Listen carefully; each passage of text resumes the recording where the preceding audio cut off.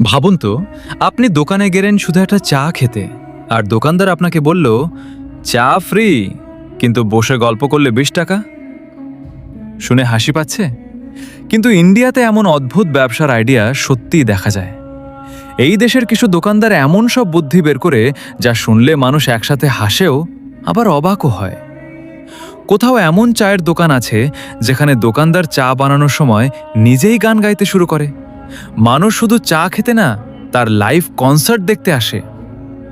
আবার কোথাও দোকানের সামনে বড় করে লেখা, ধার চাইলে আগে নিজের বাবার অনুমতি নিয়ে আসুন। লোকজন চা কম খায়, সাইনবোর্ড পড়ে বেশি হাসে। আরেক দোকানদার তো গ্রাহক বাড়ানোর জন্য দোকানের নামই রেখেছে এক্স গার্লফ্রেন্ড টি স্টল, কারণ সে জানতো মানুষ চায়ের থেকে নামটা শুনতেই বেশি আসবে। ইন্ডিয়ার রাস্তায় বের হলে এমন অনেক ছোট ব্যবসা দেখা যায় যেখানে শুধু জিনিস বিক্রি না, মানুষের মনোযোগ বিক্রি করা হয়।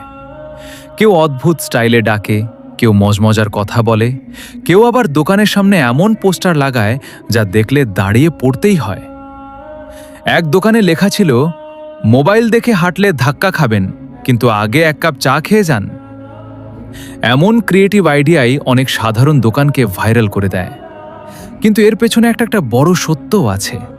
এই মানুষগুলো বুঝে গেছে, আজকের পৃথিবীতে শুধু ভালো জিনিস বিক্রি করলেই হয় না, মানুষকে হাসাতেও জানতে হয়।